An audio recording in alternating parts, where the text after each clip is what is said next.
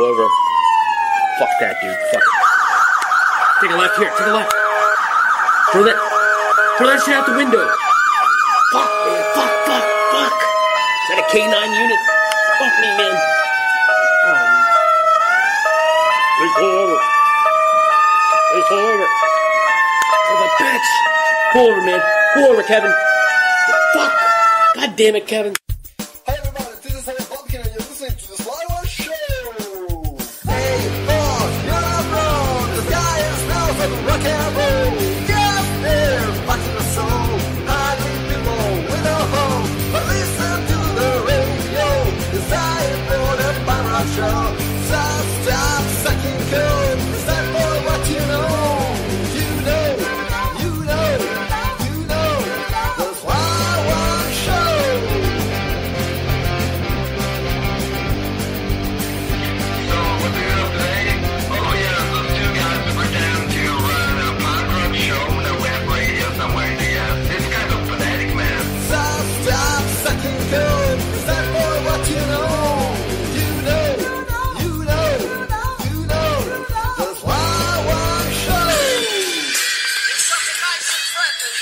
This is the Solid Show on PodUnkRadio.com, guys. Special guest Kevin O.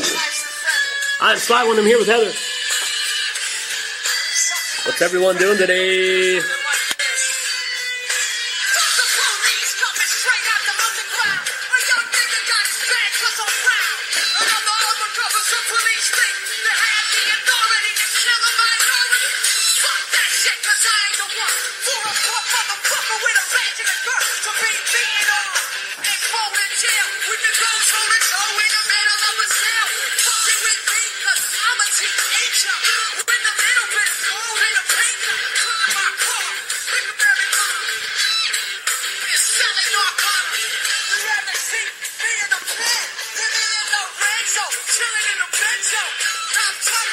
On the show today, we have a band called Class Dropout, formerly known as TBA. We're based out of Pennsylvania. We have a band called the Mongrel Band. Lost Six-Pack Lovers will be on the show tonight. The band, The Sediments. Sidewalk Punk. I forgot. RockAway Radio. And a band called Old Friends. Another one we got, No Gimmick. That's right, they're called No Gimmick. This is the Slieone Show. And this is the Fuck the Police episode. You're listening to Rage Against the Machine, Fuck the Police. This is Podunk Radio. Today on the show we have Kevin O, formerly of the Brick Tops. He's cool in my book, Cincinnati represent, brother. Alright, we're here with Heather. This is Podunk Radio, and here come the cops. The cops are coming. Not again. This is my band, the Cock Blocks. Bench warrant. Oh my God. We have you surrounded. Mr. Waddington. Please. My name is Michael. Oh my God, your doorbell rang. Don't it? Oh man, the police. We have you surrounded. Come out with your pants up. Put Heather down. Put the banners down. Here come the cops. Ah! PodUnkRadio.com. Here come the cops again. Another bitch woman. What you gonna do, my friend? Walk to straight prison. Gotta run. Gotta run. Never gonna take me alive.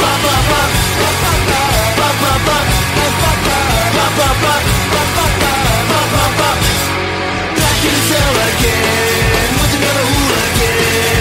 What you gonna do, my friend? Walk to the hole again. Gotta run. Gotta never gonna take me alive.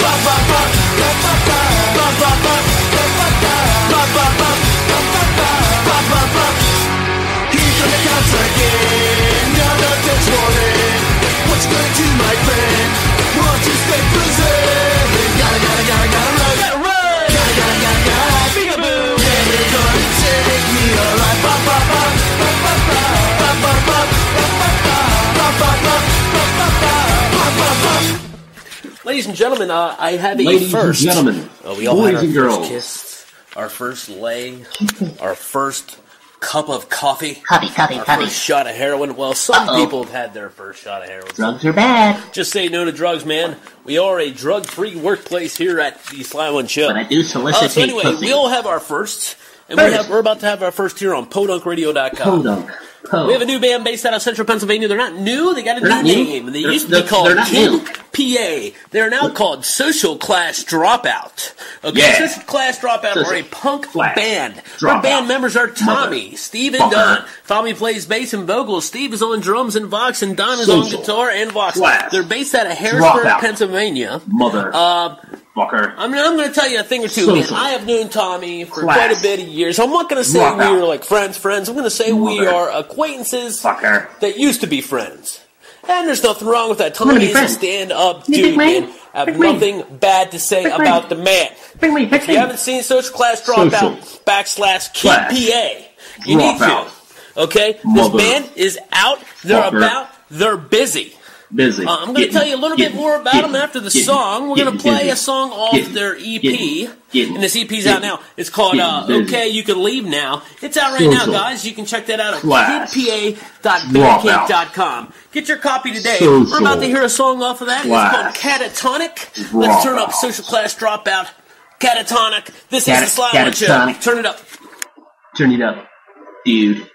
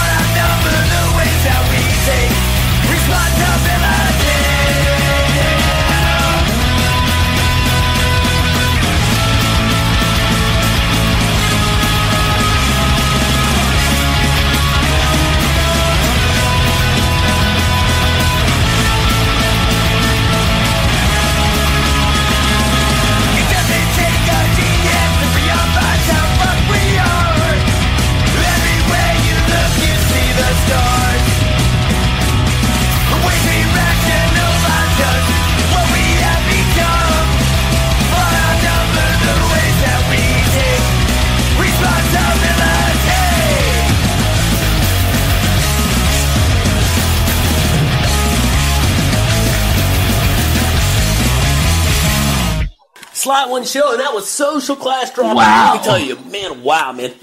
What talent. These guys are based out of Pennsylvania. I'm proud to say it.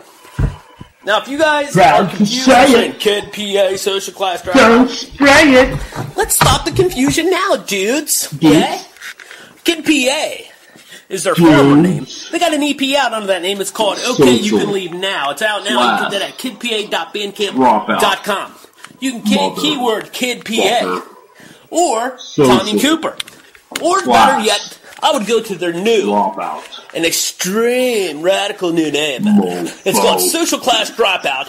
New name. I think they even have a new guitarist, man. Now let me tell you, I seen this one video. I drank a lot of coffee, by the way. This dude can slay a mofo fretboard. I was talking to Tommy through instant message, and I was like, dude, the dude is going bananas on the fretboard. What skill, what talent. Way to go. You guys are a great trio. Hope you guys stick together for a while. I hope I can get out to see you at a show. I hope. We're going to play another one by Social Class Dropout. We'll come back, shoot a little bit more shit about them, and then we'll go into some more fucking punk rock, man. Turn up Social Class Dropout on the Slieone Show, you filthy fucking whoremongers. I like those kind of girls. I'm not okay to rock with you. You made me feel like crawling out of my skin.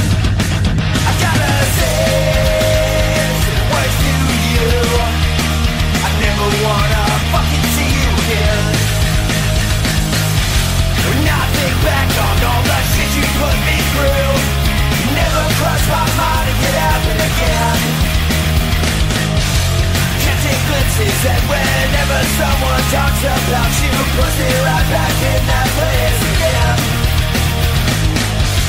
Why have nowhere to go? Now that's the end you love. Visions of the past burn in my head. Been here waiting for this all to go away. Never happen again. I'm not okay. Never run with you. You make me feel like crawling out of my skin. I gotta say some words to you. I never wanna fucking see you again.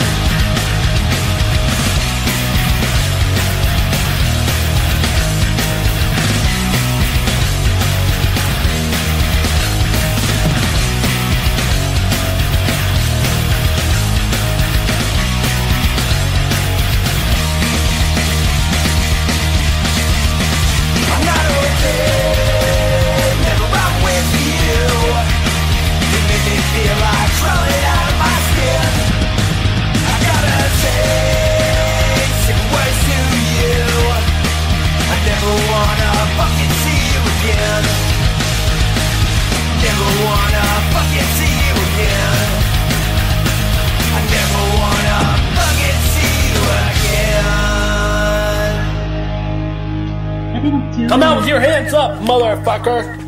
I can't, Rose, I can't. I didn't do it. Drop the little boy. Jerry Sandusky, we have you surrounded. Come out with your pants up. Step away from the sandbox. I don't know what you're talking, man. This judicial system is crazy, man. I didn't have 42 counts of child molestation. Fuck you, you're going to prison, bitch. This is the Sly One Show. Fuck the police, never take me alive. Copper episode. The last band you heard was Social Class Dropout. The name of the song was called Okay, You Can Leave Now. And okay, you can. Anyway, our band of the week is none other than Social Class Dropout, formerly known as Kid PA. Kid PA? Class. Now known as Social Class Dropout, or from Central Pennsylvania. And I'm going to go out on a limb here and say these guys are probably one of the best punk rock bands in the area, possibly the state. That's a hard bullet to bite on my side, eh? Bite the bullet. You know why? Because I'm in a punk rock band. I have enough. What would that be? Brains, respect. Don't know what word to use. I got enough shit under my nutsack to openly say, hey, they're a great band. Fuck it. Great band. We are here to help. We love you. We love you. We love you. We love you. Social Class Dropout is my band of the week, motherfuckers. Take it or leave it. Motherfuckers. Eat a hot dog. I'm about to, for real. Hot dog. I like hot dogs. Go to the band of link up here on the top of the Podunk radio page. Click that. Check them out. Don't be confused. It's going to show you pictures of Kid PA. Their new name is called Social Class Dropout. Awesome. Today on the show, my wife Heather, myself, and my good friend from Cincinnati will be calling in. He's going to be calling in on a regular basis from now on. His name is Kevin O. He is the bass player of the Brick Tops. Check them out. Kevin O and I, and my wife, will be doing a new bit and having a long discussion about the police, how stupid they are, and all the dumb things we have done to allow the coppers in our life. Coppers. Put your hands up, motherfucker. Freeze, bitch. And trust me, I've done a lot of dumb things.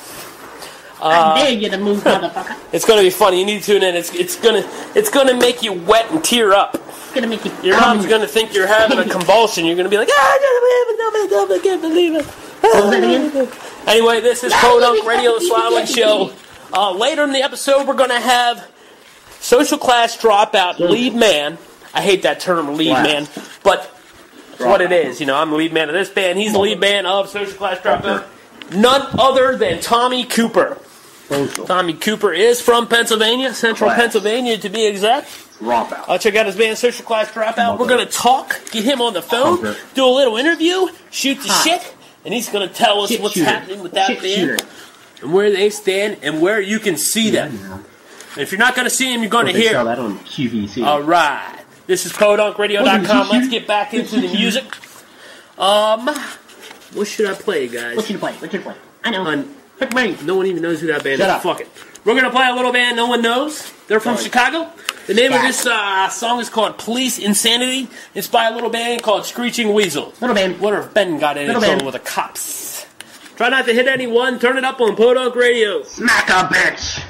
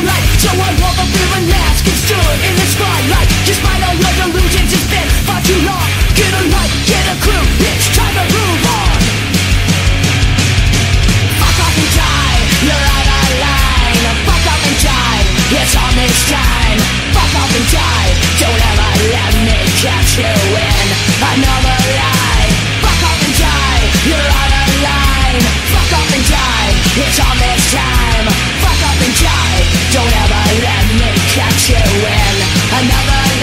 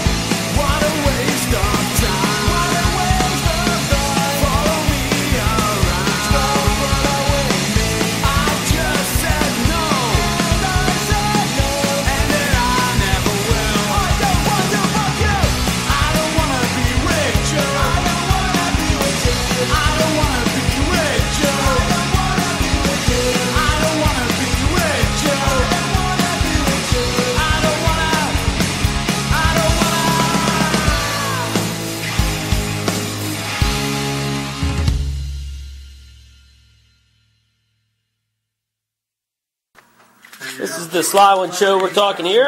We just heard the Mongrel band. They're from Boston, Massachusetts. They're a female-fronted punk band.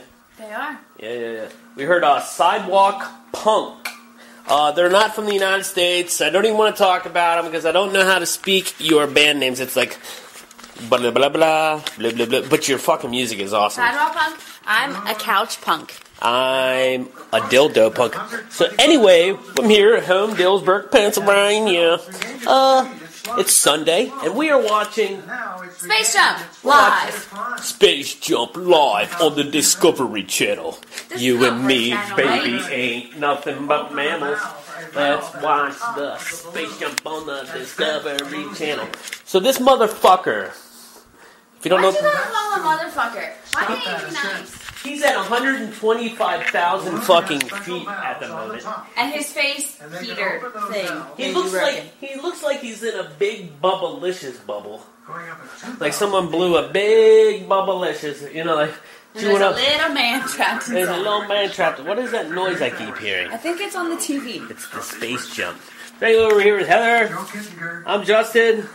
And we're watching the Space Jump. 126,000 feet. And counting. He's going up fast. He is going up. Up. Let's hear what they're saying. He's on his egress checklist. They'll check the bailout bottles on Felix's back. Testicles, parachute check. handles.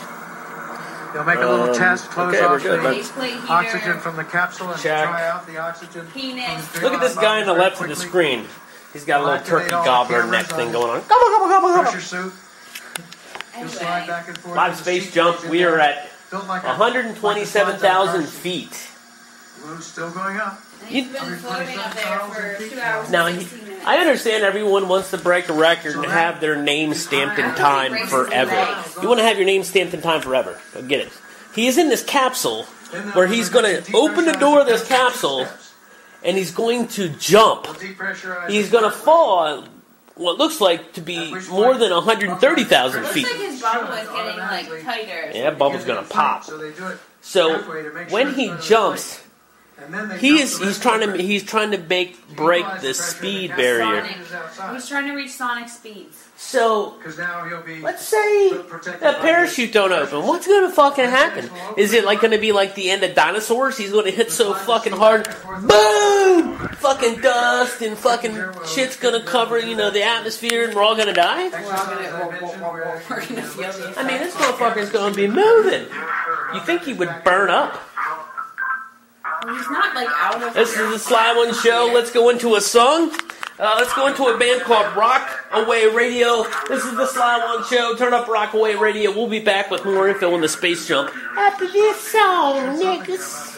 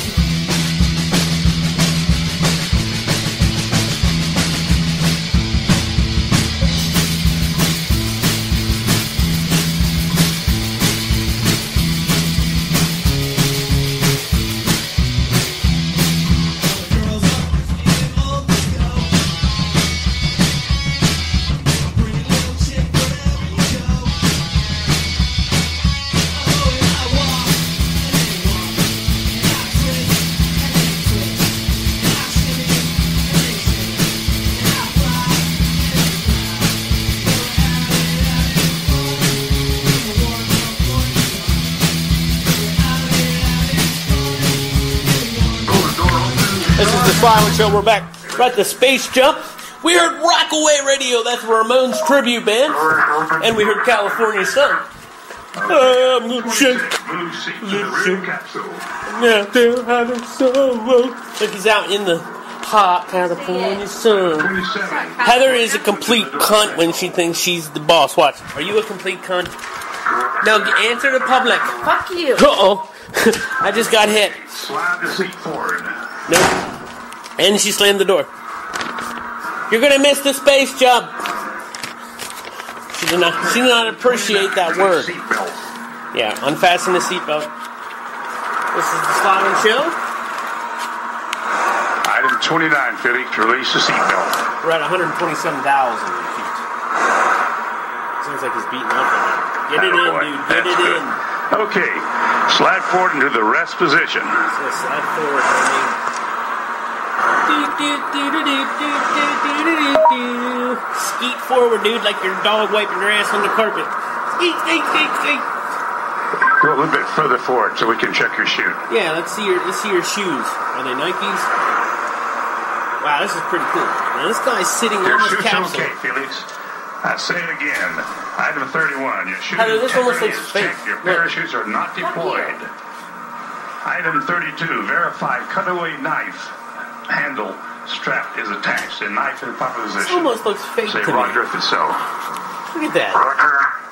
Just moments ago, we could see the land Chest pretty pack well. faceplate heat is on. Make certain that's Now it looks on like and some you got like red light. green screen background. Come on, man.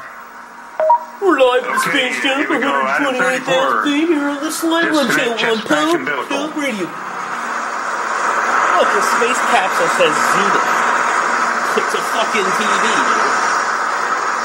Okay, Look, do you read me, Felix, Zenith. on the communications? Okay.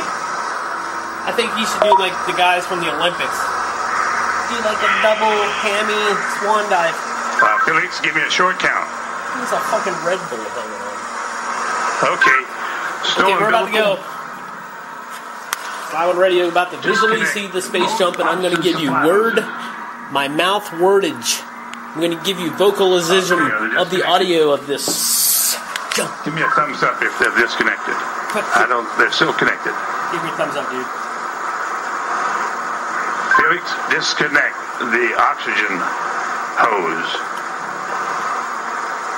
Atta boy. All right, stand up on the exterior step. You're standing. Keep your head down. Release the helmet tie-down strap. Start the cameras. And our guardian angel will take care of you. This is fucking nuts. Slieone Show, Felix is about to take a nosedive from 128,000. Yeah, I did that last night. 8, 10. No.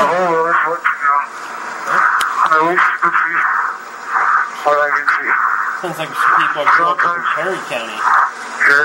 Really high. Yabba dabba. Felix's English isn't coming through. I'm going over. He gave the salute. Felix is about to jump, ladies and gentlemen. Here we go. He's off. Holy fuck.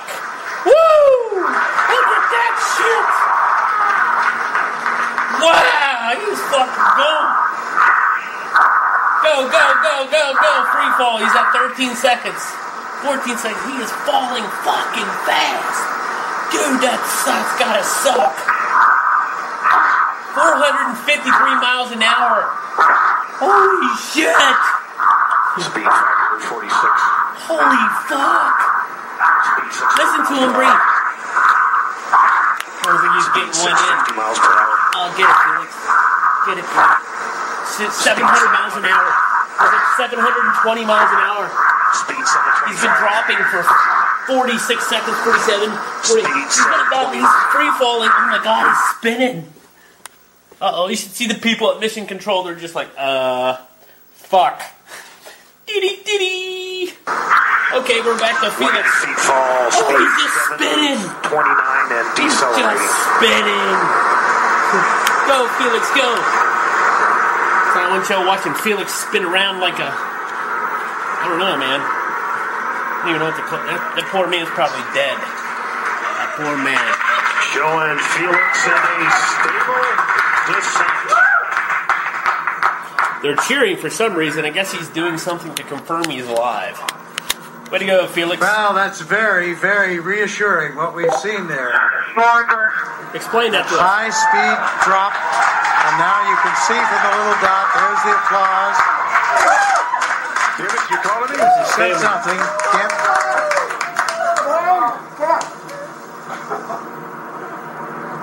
Family applauding, but you can see by Felix, can you hear me? I think they're trying to communicate. the little dot He is falling, man. that he's in controlled descent. 2 minutes into free fall. He's been falling for over 2 minutes. This is crazy. This is Slieone Show. We're on PodUnkRadio.com. Felix, live space jump, has been falling for over 2 minutes. So 2 minutes. And Felix is talking. What are you saying, Felix? Keep talking, Felix. Keep talking. Still can't quite make that out, but reassuring to hear his voice. And you can see how he's in control there. His oxygen supply. That's showing you the supply of oxygen in his oxygen pumps. What did he say? Yes, Felix, I hear you. Go ahead. Roger, go ahead. I can't feel my balls. That's all. Go ahead, Felix, I hear you. Go ahead.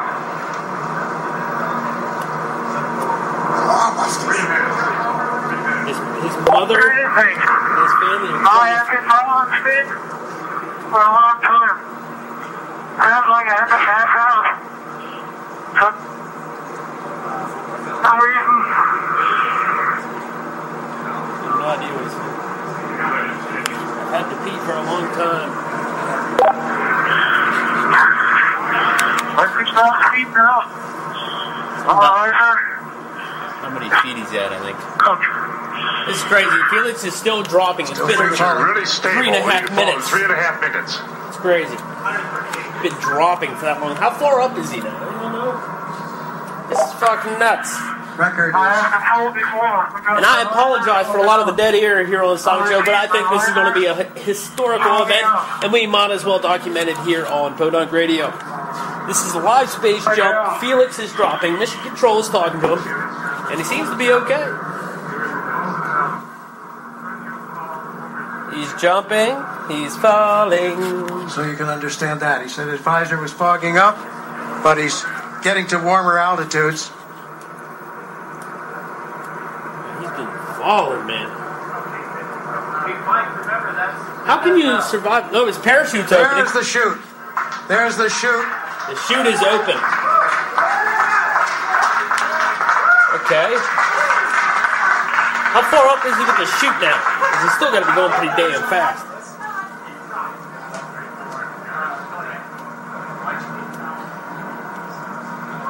His family is going nuts. We're going to get paid. Red Bull's giving us money. That's right, Felix. So under parachute What kind now. of life insurance they had on Felix?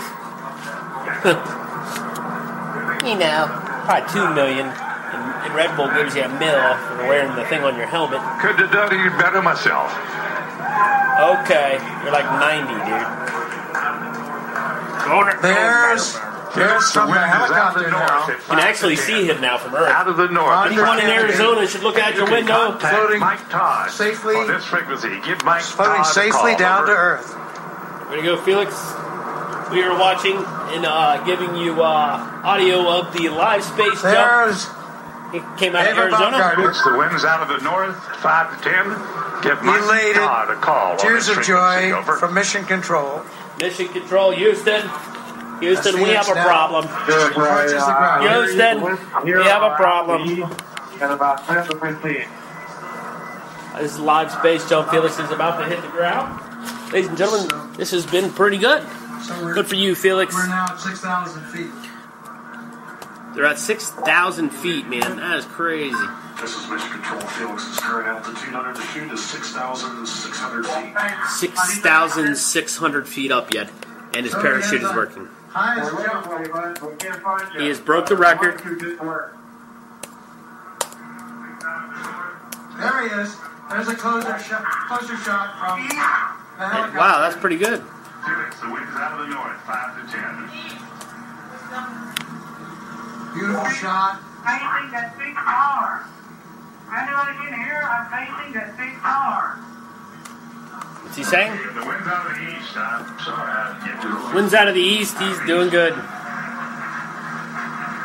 Oh, you Felix, we're coming your way, bud. This is Slieone Show. Way to go, Felix. You broke the record. We're out of here. Let's turn up the next band. This is the Queers. Houston, we do have a problem. Ah.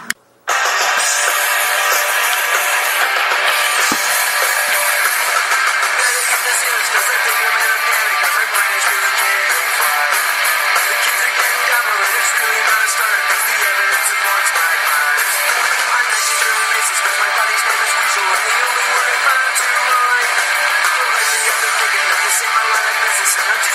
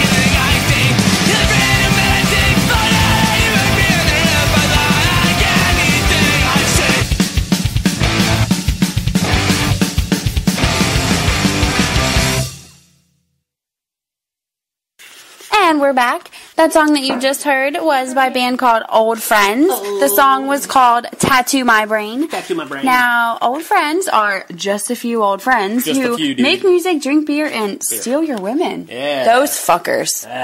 They are from Whittier. I don't know where that is. That's where it's in the United States, though. Rush Limbaugh lives there. Heroin. They're on Raw Dog Records, and they consider themselves punk/pop punk. We got Henry on vocals, Morrow on drums, John on bass, and Robert on guitar. What was that? What was that next song that we heard, Slieone? Bitch. Oh, that shit. That was a band called No Gimmick. And let me tell you a little bit about No Gimmick, if you don't mind, guys, in the chat room. No Gimmick is a punk band. We got Josh, Johnny, and Chase. Those are your guys. They're from Phoenix, Arizona. It looks like their influences are NoFX, Face to Face, and Strung Out. They seem pretty good. The name of the song was called No Profession. Do you like your profession, Heather? No, I fucking hate it. You fucking hate it. So our band of the week is, do you know who our band of the week is, Heather? Our band of the week is Social Class Dropout. Right, and we'll be talking to Tommy. Tommy, Social Class Dropout, we'll be calling. We're going to go into a Social Class Dropout song now, and then we're going to hear from Tommy. After that, we're going to get back into music. We're also going to have sex with the Sly Ones and our friend Kevin O from the Bricktops. And where's he from? Cincinnati. All right, we're going to talk about cops and war stories about cops and drugs. It's going to be fuck the police, nigga. All right, this is the Slieone Show. This is Social Class Dropout. And up next after that, we have Tommy. We're going to talk to him, talk about the Pennsylvania punk scene. Turn it up on the Slieone Radio Podcast. Sick of all the lies. Sick of being you.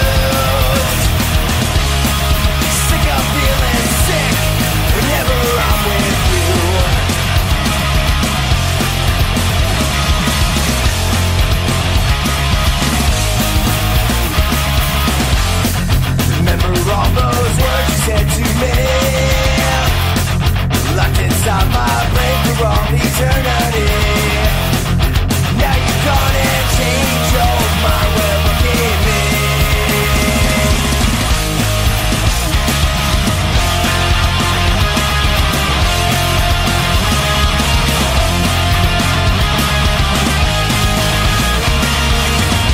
Promises were made up, promise meant to give. My trust in you and see this where it's gotten me. Looking back, it seems so plain to see.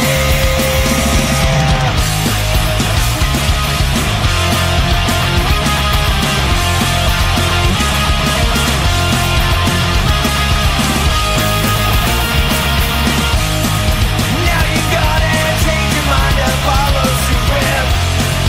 What you said was wrong.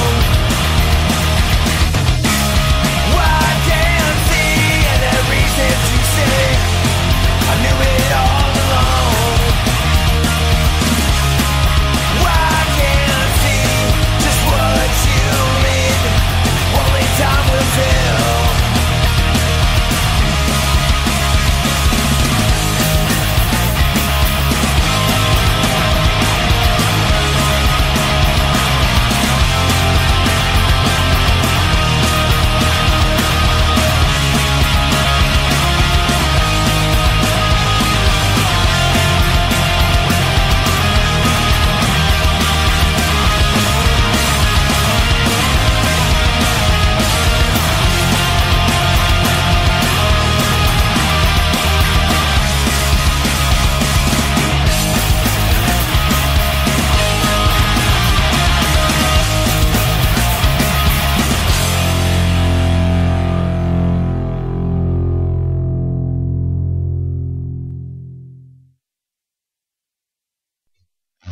We have Social Class Dropout lead man on the phone right now. Social Class Dropout, formerly known as Kid PA. Are you there, Tommy? I'm here. Hey, man, what's going on today? What are you up to, bud? Dude, it's a rainy day here in Pennsylvania. Right on. Hey, why don't you tell my listeners a little bit about Social Class Dropout, They were formerly known as Kid PA. Why don't you give them the background bio about your band, brother? Well, me and our drummer used to be in a band called Super Buick, and that's how I met him. And then when we were playing at Super Buick, that was a fun band. It was kind of music like in the vein of the Bronx, if you know them. Yes, I do. Yep. But we would always talk about like the music that we loved, and the music that we grew up on was like, like fast melodic skate punk, like in the band NoFX and Lagwagon and Propaganda and stuff like that. And we really wanted to start a band like that. So in 2009, Super Buick went on this 10-day tour of California, and we went out with this band called Killing California that lives out in San Clemente, California. They're good friends of ours, and our drummer, although he's in his mid-20s, he kind of looks kind of baby-faced. So Danny, the singer of Killing California, would kind of nickname him Kid PA because he looked like a kid, and we're from Pennsylvania. So we got back from this tour, and they're like, "Hey, man, just want to start that band." I called him on the phone. He's like, "Yeah." I was like, "Cool. Well, so call every drummer you know, because I just booked our first show. It's 12 days from today."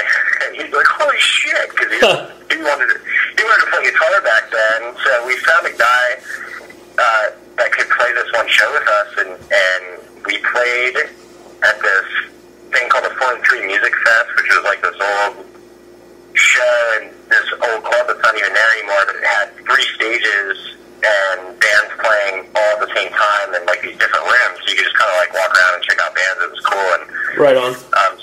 So we played that show. Our first show was KPA, and then Super Buick played their last show. And yeah, that's how we got started. I like that story. That's neat. So let's make sure I understand, because I'm slow.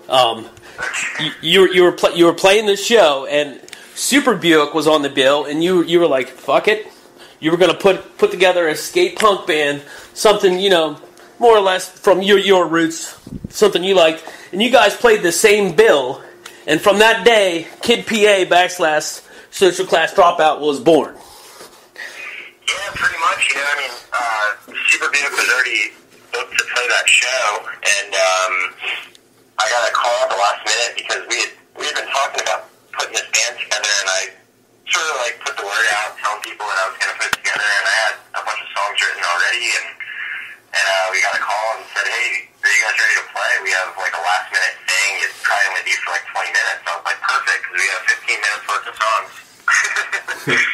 So yeah, it just kind of happened that way. Okay, hey, I got a quick question. Coming into this interview, we actually heard a song called, I think it's, what is it, 6,916, or is it 6916? What's the name of the song? What's the proper way to say it? 6916. Okay, 6916. Now is that a sexual reference? And can you give me a background on that song since we just heard it? It's not, and it's like the dumbest title ever for a song. The title doesn't mean nothing really, but the song started out.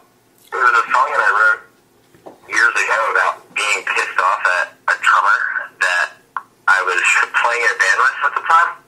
He was just like a really negative kind of person, and just always never had anything like nice to say about anything. Those kind of people.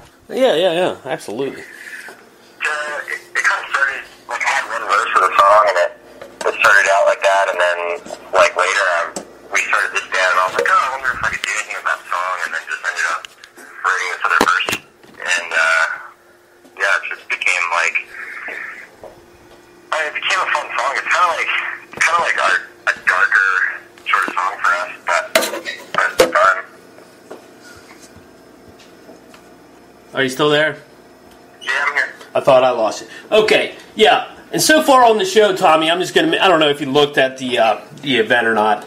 I played Catatonic. I played OK, You Can Leave Now. Out of the 3 I just mentioned, I really like Catatonic. That's a really, really up... I mean, it got me moving, like, and, I was sitting there bobbing my head, But I really like that. Now, when we were talking earlier, getting some background on each other, you mentioned, hey, you've been in the music scene, or, trying to do this for, 20, 21 years now? Is that what you came up with? Yeah, man, this year marks 21 years that I've been playing bass. Which is crazy. It is crazy. Now, here's a weird story for my listening audience. Tommy and I knew each other. Like, how did I explain it earlier? I said, Tommy and I are friends. Well, you could say we are friends that are now acquaintances that used to be friends. Now, here comes the story about how we met. Turn it up on Podunk Radio. All right. Well, just so people know, Tommy and I do have a history. We were quite young when we first met. Do you recall the first time we ran into each other, Tommy, in the situation? The first time was when I went to see the band that we were both in, the D Amour, play at The Wire in New Cumberland, and I remember you guys were looking for a bass player, and you were playing bass for that show, and I remember, the flyer of the show still sticks out to me because it was Madonna in this, punk rock bondage outfit. That's crazy. Which is pretty awesome. Yeah. A lot of, and the Demo Rats, man, Tommy joined the Demo Rats, and I was very happy when he did, because I am a guitarist, but, bass, if you can play guitar, you can play bass, and or the other way around. That's the way I look at it. But I hated playing bass. One thing that I remember from that show, Tommy, I don't know if you were there, but there was a lot of our family was there, and I don't know if you remember Josh, Patrick, Sean, Patrick. Those are my cousins, and oh yeah, I know those guys really well. Yeah, those are married in cousins. It's kind of awkward. It's weird. But what was I saying? Oh, I believe we blew their PA head at some point during that show. It was really weird. That place was pretty cool, The Wire, and I take it are they doing anything with that anymore? No,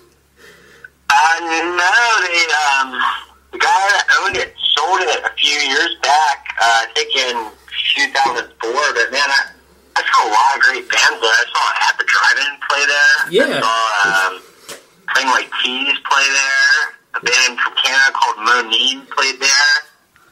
So a lot of Slieone played there. Or not Slieone, sorry, Sparta played there. Yeah, there was it always seemed like there was some kind of good band come through there, and it was such it was more like a coffee house atmosphere, but they would take all the chairs and seats out, to allow, more room for, the punker or the alternative bands when they came in. It was, the people who owned it seemed real lenient and open-minded to everything. They were really cool. The first guy that owned that was a guy named Jim Howie, and he's older than us. He's probably in his late 40s, maybe early 50s by now, and then another kid named Todd Schaefer ended up buying it. He is probably a couple years younger than us, and wow. You may have seen him on, I think it was one of the late shows. I can't remember if it was Jimmy Fallon or Conan. I think it was Conan, but he was on there doing the stupid human tricks. Okay, yeah. I think someone also mentioned that in passing, that someone local was on there doing shit like that. Yeah, and he's got he was in a couple small parts in movies. He was in M. Night Shyamalan's Lady in the Water, which is pretty funny. But yeah, man, it was a really cool place while it lasted, Absolutely, definitely was. Now, kind of off topic, and we will come back to our Demo Rats experience together. Do you remember a band and or musician that was in this band? I think they were called Walk Like Shaggy. I think something's funeral he's in now. His name is Mike McGowan. I think I thought one of his friends, Dusty Malesic, tried to buy The Wire at some point. That's the only reason why I bring it up. I just thought they tried to get a hold of it. I don't know about that, but I know Mike. I've heard of those bands that you mentioned, but I know Mike McGowan from when he was the bass player of Brave the Day. Yeah, okay. Awesome. Which was a great band, I thought. Yeah. Well, Mike McGowan's a hell of a musician. Yeah, all those guys. All those guys are like monsters. I'm trying to, like, I think his band is like something funeral, fun at a funeral or something. His new band, I don't know. You know, it's like one of them fish bands with like no lyrics, but the jam. I gotcha. Okay, so the demo rats. So we played The Wire. We got introduced. I think you and I, when we were in that band together, may have played a handful of shows at most together while we were in that band. Like, yeah, I think maybe like 3. I remember, and then an infamous 4th. Yeah, I remember. We'll get to that. I remember playing a show at, I think it was my cousin's house. I think he was renting it. I think it was Josh's house. There was all kinds of bands there. It was like an all-day event along like Lisburn Road down that way. Kevin. Barn shop. See, I don't know. The house was kind of like on stilts. I want to say it was off because it was in like a flood area. Oh, Jason Sutherland's house. Okay. Yeah, that was the 811 house. It was right along the Yellow Breeches, and there you go. Yeah, it was kind of on stilts, and that was a fun place to have shows because the creek was right there, and everybody would like swim and hang out. And that was a really good time. Like. That was probably one of the best unknown music venues that was never meant to be a venue. Yeah, that was fun. I think I was there twice. And what's really weird is, like I said, Josh and Sean are my cousins, and at the same time, we're all teenagers, and we're all in different bands. Sean played bass, Josh played drums, and I played guitar. So if you look at it, you're like, why don't these fucking weirdos put a band together? Because they're family. Well, what's funny is that place that you're talking about, Josh, your cousin, used to date the girl Maggie. Yeah, Maggie. Yeah, Maggie. Okay. Yeah. So yeah, there was a lot of great shows that came through there. Okay, so Tommy and I are in a band together. It's pushing late 90s, 96, 97, maybe even 98. My memory's horrible. And no, 96, 97. And I guess we get an opportunity to play a pretty decent show at a fire hall, and I guess the main band coming up, I believe they're from New Jersey. I think Big Wig is from New Jersey. And yes, they are. And they came up, and there was a pretty nice amount of people there. I mean, a good little turnout for a Central PA firehouse show, you know. Yeah, definitely. 150 people. Now, I don't know if you remember what happened. Like, my memory, like, I don't know exactly what set me off to do what I did. Like, I think it was like...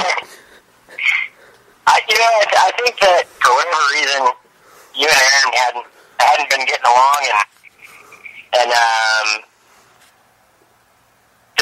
all I remember is during the set, you want me to tell the story? Yeah, go ahead. Okay.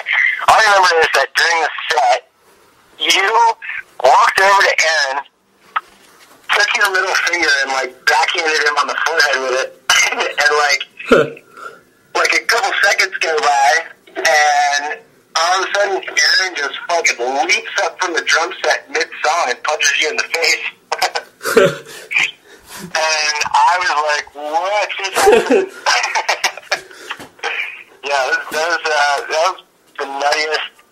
That's still, to this day, is like one of the craziest on-stage experiences that I've certainly ever experienced. Well, you're welcome. You're welcome. Yeah, great. Yeah, thanks for that. Well, see, like I'm not gonna lie to you. Like I was in my addiction. I was in my addiction at that point, but I'm not gonna blame that. I was just a dick. I was young. I was stupid. I don't know. Like you're right. I think it was Aaron and I had a beef, and I think it was. I was getting upset because there were so many people there. No one was really, like, you know, coming up like where they should be, up near the stage. They were just, like, standing against the wall like a middle school dance or something. Pissing me off. But anyway, I thought, like, I knew he hit me, but I knew I slammed my guitar and I walked away like a bitch then. I do know that.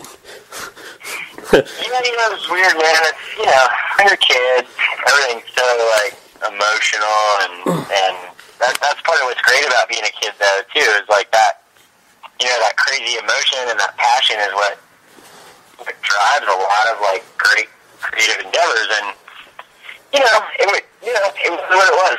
And, I don't know, it's a good story now. Yeah, it's definitely something that will hopefully make the listeners laugh and smile. You know, like, oh, this dude is weird, because it's funny. But when I think about it now, it really just kind of makes me laugh, like knowing who you are now versus who you were then. And yeah, you've come a long way, bro. Yeah, it is quite embarrassing. Now that you say it, I did do that. I walked over, like, middle fingered him in the forehead. Jesus Christ. All right, so the Demorats. How long would you say you guys played after that, like, as a band? The Demorats played through, I think, 1998, and then Aaron just kind of decided that he didn't want to play punk rock anymore, and he joined the Army. Yeah. And then we played like one, maybe two shows with our friend Carlin. Yeah, I remember him, Carlin. What band was he in originally? Oh, fuck, dude, I don't even remember. Was it it wasn't the Virus, was it? No, it wasn't a Virus. It was like kind of a pop punk, skate punk band. I can't remember. But that's funny. Carlin is a huge Bigwig fan too. He's got like the Bigwig sun in the face tattooed on him. Yeah. But yeah, and then after that, we just kind of were like, well, it's not really the same without Aaron, so we just kind of called it quits. And we played for a while because that was right after high school, and I moved to Philly for a little while, and I was coming back, and we were playing shows, and. I think you went to art. Did you do art school at some point, Tommy? Yeah, I went to Philly to go to photography school. Okay. I only went for one semester because, well, when I went down there and everybody was talking about their cameras and how cool the photography is, all I could think about was music. So I was like, well, yeah, this is a mistake.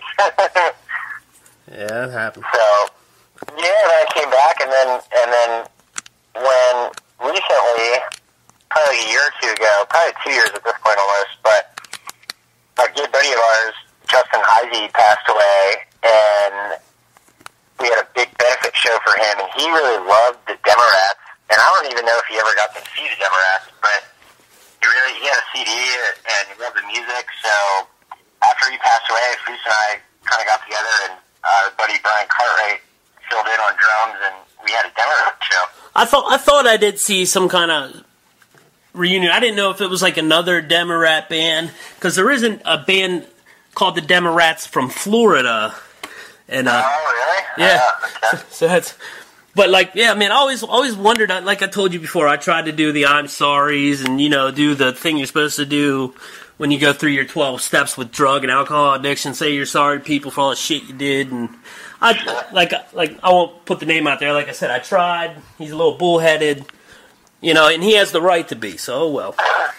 Yeah, well, all you can do is, there's an old saying, in Buddhism, especially, all you can do is do your work without worry for the result. So, yeah, I like that. I like that. You just gotta do what you know you can do, and then you can't control how anybody else is gonna react, and, you just do the best you can. What else can you do, Right on, Tommy. Now, that's basically the history of the Demorats and how Tommy and I first got to know one another. Now, to put an ending to this story, if you can off the top of your head, you were in the Demorats. Were you any bands before that and after? Can you give me all the band names that you were in, if you don't mind, or if it's not going to affect any relationships? Oh, Jesus, yeah. I played... It was really funny because the Demorats were really my first real band where we practiced regularly and played shows. I had played with a kid before that, but nothing really.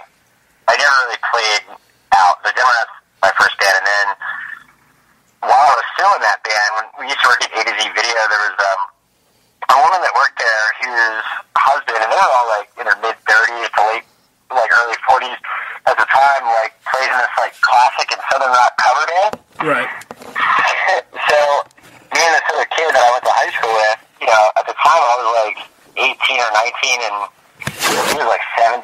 They asked us to join their band, and so it was 3 guitar players. Wow. Me playing bass, drummer, and then a keyboard player, and they played all this like old classic rock stuff like Skinner and all kinds of shit. And dude, it was so much fun, and it was like such a great experience for me musically, because it put me in a situation that I was completely uncomfortable with, and like sort of forced me to do something. So I learned a lot about.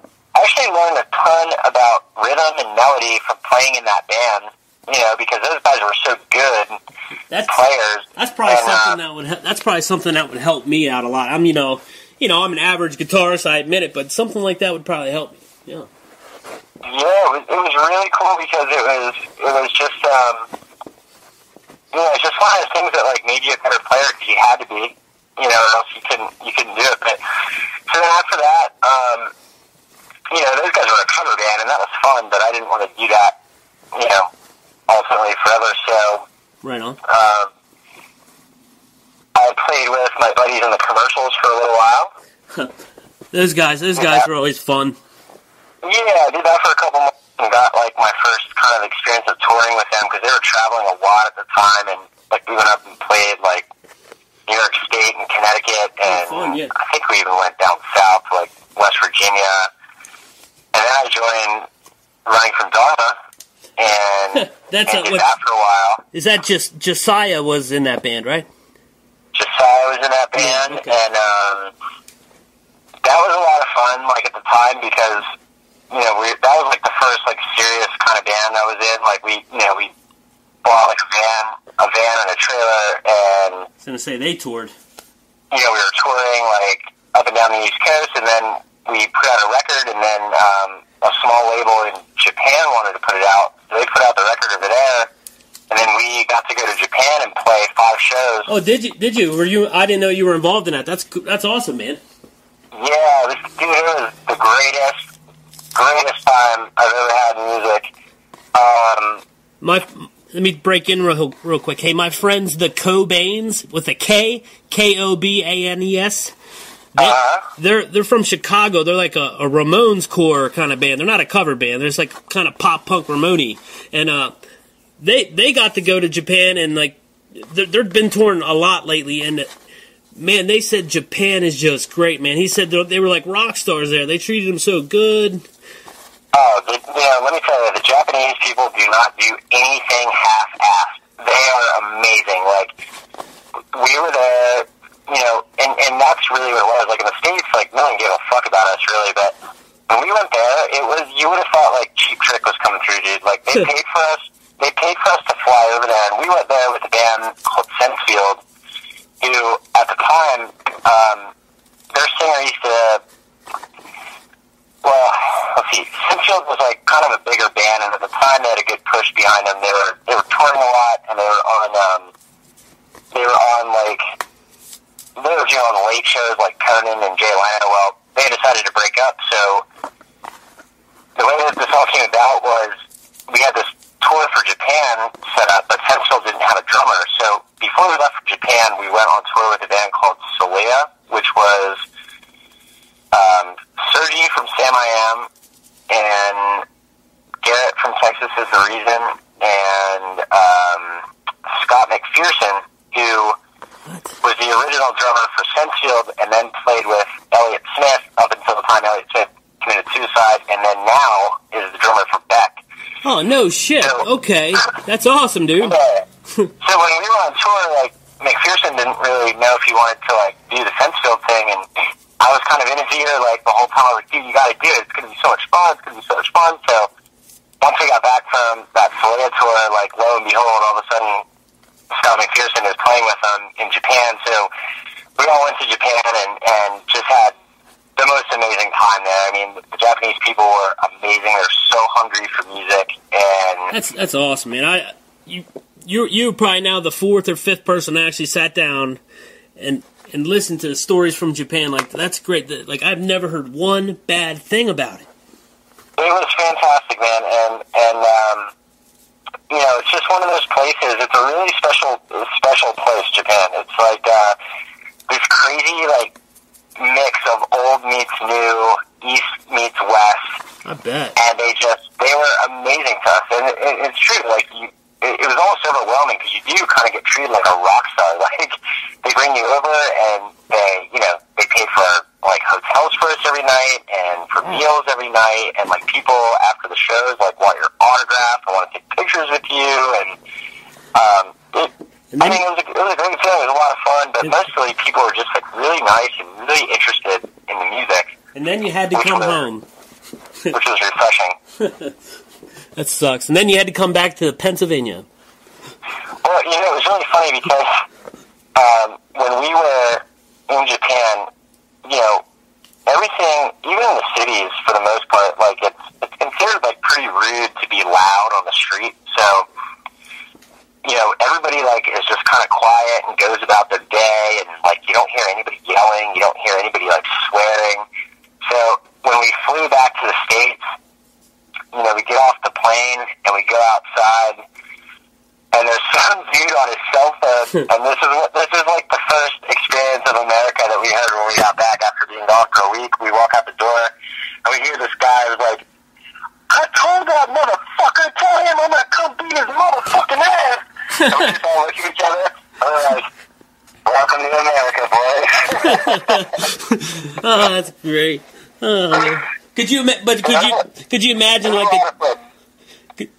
like someone from Japan coming over here for the first time and that's their first experience of America? Like, what? Oh, I know. They're cool, man. They're just like, the Japanese people, they're just so interesting, and they're so interested in, like, Western culture. Like, they're just like, it's kind of neat. Like, it's I can't even explain it, man. It's just so crazy over there. Well, I'm a big history buff, man. I always try to learn about every culture I can, so I understand what you're saying. Like I bet you just family ties alone and the culture aspect of and how they deal with it. I bet you it's just neat to see, like, on a day-to-day basis or in person.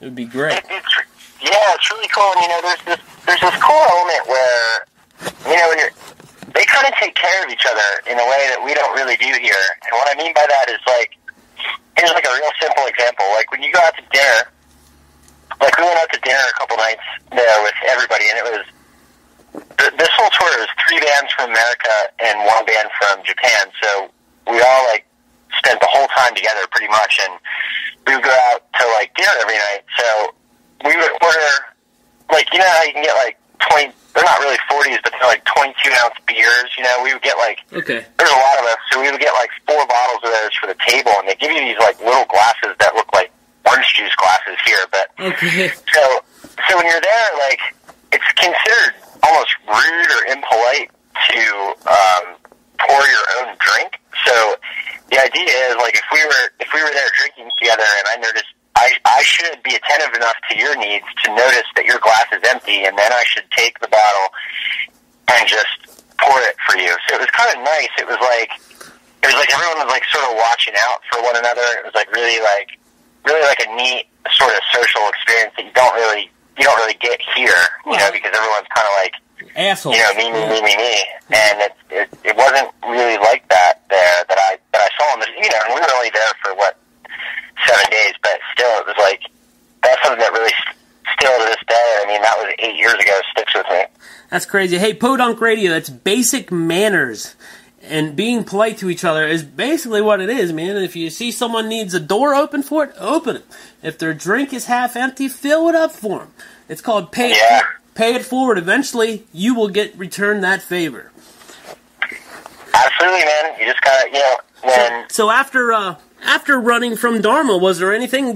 Was it Super Buick or? After running from Dharma, I did a short stint in this band called Betty's Bones with my friend Lauren Marshall, and then Robbie Bones, who is now the drummer of a band called the 91. We did that for a little bit, and then I played with the Dead 50s for a little bit. That I kind of was liked to see that band live. Now, were they a cover band, or was it just the few times I've seen them, it seemed like that's all they were doing?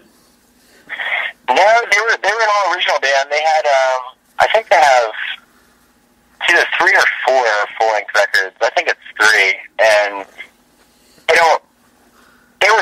were pretty popular like in the late 90s, and now the singer of the band is pretty much the only original guy left, but you got Logan Summey, the drummer of Ducky and the Venge, who plays drums for them, and then Brad Grissinger, who you may remember from the band The Alliance. Yeah, okay, yep.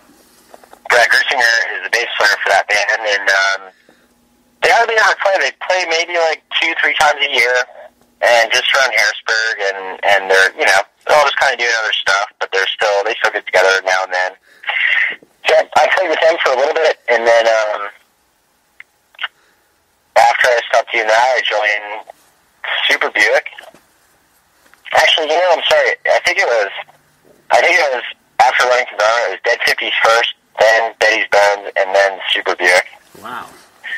And then we started TPA, which is now Social Class Dropout. And okay, now we all heard all that, and I know this is a long piece of audio, but this is good information.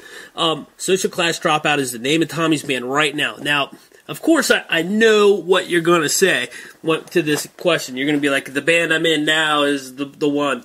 Now, out of all those experiences, shows, bands, experiences, and shows, what is the fondest one? I'm sure you're most proud of Kid PA / Social Class Dropout as of now because it's your project you're doing. But which one really sticks out in your mind that you're most proud of besides the band you're in now? Definitely going to Japan with Frank from Dharma. I mean, that was such like a great experience for all of us, and we had just put out a record, and it was like doing pretty well for the type of band it was. I mean, it wasn't like, we certainly weren't living off the band. Like, I've never been in a band that I've made money off of, but it'd be nice to. Yeah, that'd be like the dream.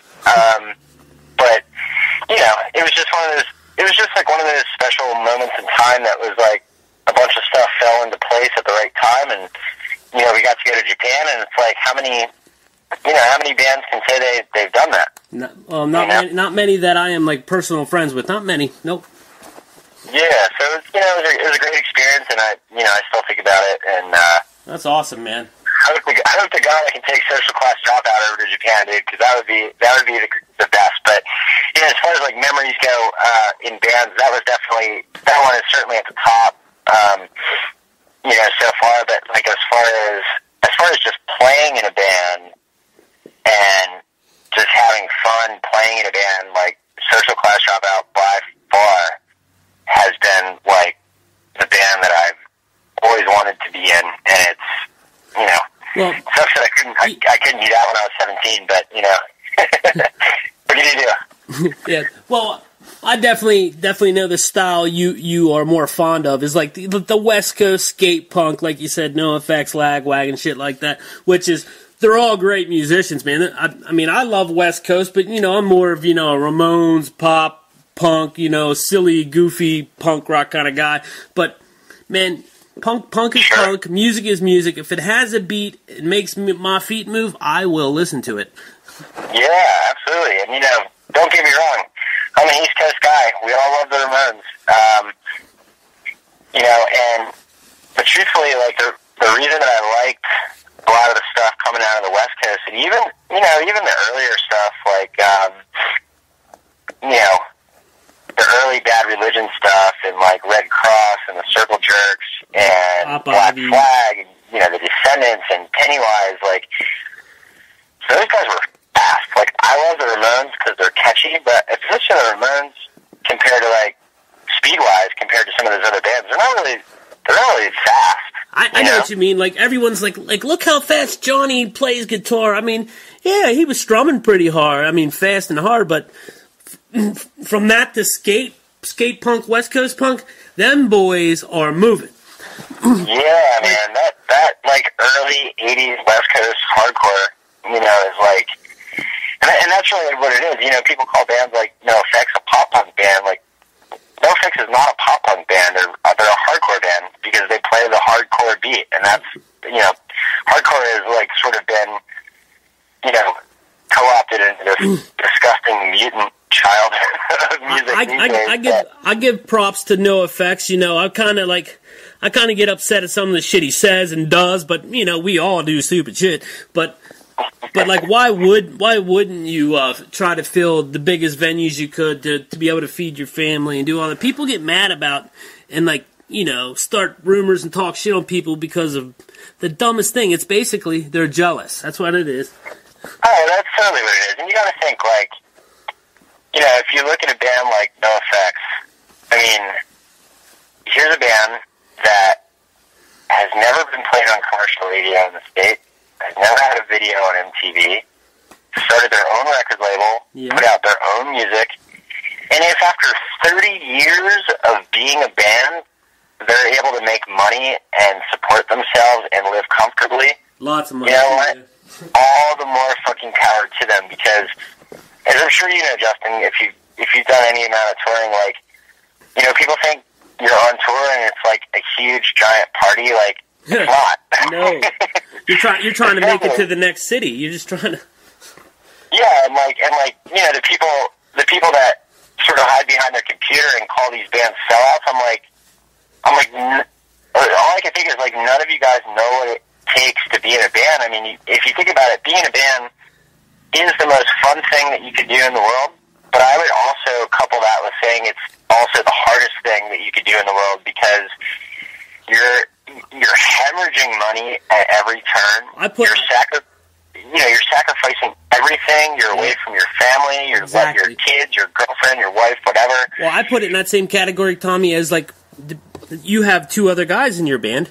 Now, you have to deal with all their baggage, drama. It's almost like you are married to these guys, and you either got to deal with it, put up with it, or distance yourself and only be band-related. But you know what I mean? It's like you're married to your band, and you have to deal with so much. It's not all fun, party.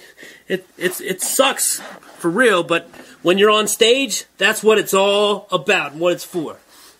Yeah, and like, if you're, you know, all these guys, like, you look at all these guys that have been together for years and years and years and years, and, like, the common element between all of them is that they're all really, really good friends. You know, so it's like, I don't really believe that you can, you know, you can be a band and you can still be a band, and you can, like, you know, get people to play in your band and go on tour with you, and, you know, that is a band, but my favorite bands have always been the ones that have been together, you know, forever, like, you know, like Bad Religion and like NoFX and The Descendants. And here's an argument. I seen this in Rolling Stone, and it wasn't recent. It was probably a while ago, Tommy. Probably back when I read Rolling Stone, which was a long time. It said the longest American running band, and of course it was going to be like a well-known top 40 band that they mentioned, and it was Aerosmith that they said was the longest running American band. And of course, like, I could find like 5 other bands off the top of my head right away, but of course they don't consider them because it's not a part of their scene. They consider it because it's not part of their scene. These fucking assholes. Well, let's hope the new longest running American band has just started, and we're talking about Social Class Dropout. Let's get back into the news about Social Class Dropout and start really getting down to this interview. Tommy, let's get back to it. And we're here with Tommy Cooper still. We're talking about Social Class Dropout. Let's get back to the band, Tom. Why don't you tell me your fondest memories so far with this band, and where do you see it going? I mean, what's your overall plan, bud?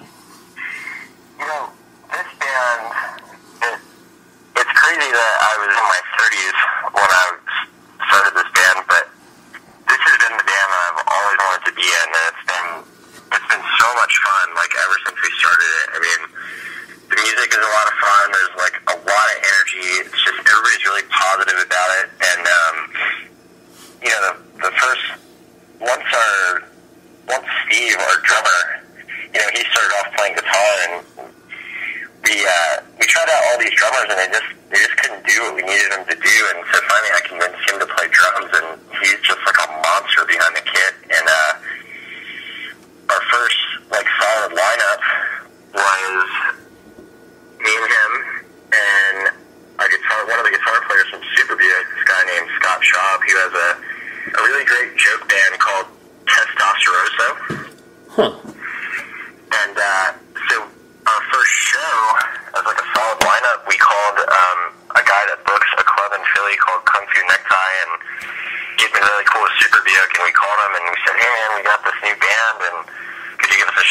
he's like, well, what kind of music is it? And, you know, we told him it was like fast skate punk, and he's like, oh yeah, you guys can open up for DI. And he's like, well, wow. Like, well, do we want a demo or something? And he's like, nah, you guys are in Super Buick. Yeah, I know it'll be good.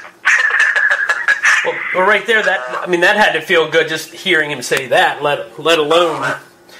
Yeah, man, that was super cool, and that got us really pumped, really excited, and we went down, and we opened the show, and then DI played, and those guys just blew the roof off that place, man. They were so awesome and just so fast and tight, and, like, super cool guys, too. Like, they hung out with us the whole night, like, we're shooting the shit with them, and, which was, like, for us, you know. Right. Those guys are, like, heroes of ours. I mean, Christ, when you grew up in, like, the early 90s and, like, everybody was, like, watching Suburbia and stuff and seeing the old footage and, like... I know exactly what you mean. Yeah. I was gonna ask you, like, how were they as, you know, like, their personalities as people? Were they real, or were they, like, trying to do the rock star move, you know? It really surprised me that there was, like, not a single ounce of attitude out of any of those guys. They were just, like, totally down to hang out and meet as many people as they could and talk to as many people as they could, and just really hung out and had a great time. And it was, it was a really, really great night, man. That night will always stick out in my mind for sure. That's great. I was gonna say, what other memories are gonna stick in your mind? Like, what other shows are you fond of playing in this band so far? I mean, as Kid PA, I know you just now did your first show as Social Class Dropout, so. You know, we've been pretty lucky. We've been able to play with some really good bands so far. I mean, we've played with DI. We had a really fun show that I know you were there for when we played with the Queers. Yeah, that was, you guys did great that show. That was awesome. Oh, thanks, man. And that was a really fun show. And that show, by that time we had another guitar player who was also a guitar player in Super Buick and our drummer's brother. And that was just a really, really fun night. Us and the Queers and... was Lebowski? I know you just had him on your show, too. I should remember this, but the band from out in, like, Oklahoma? Oh, the front. The front, yeah, the front with the female vocalist who just rocked everybody's faces off. Yeah, she's awesome. She's great, man. Yeah, that was a really fun show, and surprisingly enough, like, you know, the Queers were another one of those bands that, like, we'd all listened to growing up, and I wasn't sure, you know, how you kind of build those people up to be, like, sort of bigger than they are, and then you meet them, and they're just, like, totally normal and totally nice, and, right. That's the thing, like, you know, it kind of made us feel like we were maybe not equals, but almost. Right, it's you got to understand. I mean, Joe and the guys from DI, and, you know, musicians who've been around for a long time, they probably had their moments where, you know, they were probably snobbish and doing that, but after a while, like, you know, they have all their, you know, turmoils and, like, issues with bands, blah, blah, blah. I mean, you kind of grow up, and then you remember where you come from, so, I mean, and I think it's great when bands do that. I won't mention a name, but I was at a show down in Baltimore, and one of the headliners, man, the guy, he played a rock star move, and it pissed me off because in the same boat, you know, I kind of grew up, like, kind of idolizing him, always wanted to talk to him, sit down, see what he was like. He didn't even come out to the merch table, he didn't shake a hand. It was awkward. Yeah, that's always really disappointing, man, when you find out your heroes are dicks. Yeah. Yeah, it sucks. Yeah, but, you know, like, we've been really lucky so far, and then, like, the Queers, you know, the Queer show was awesome, and then, Tell me about this most recent show, man. This is the one I wish I should have got out to, the Angry Samoans, man. How'd that go? Oh, dude, it was awesome. We've actually had, you know, we just got a new guitar player.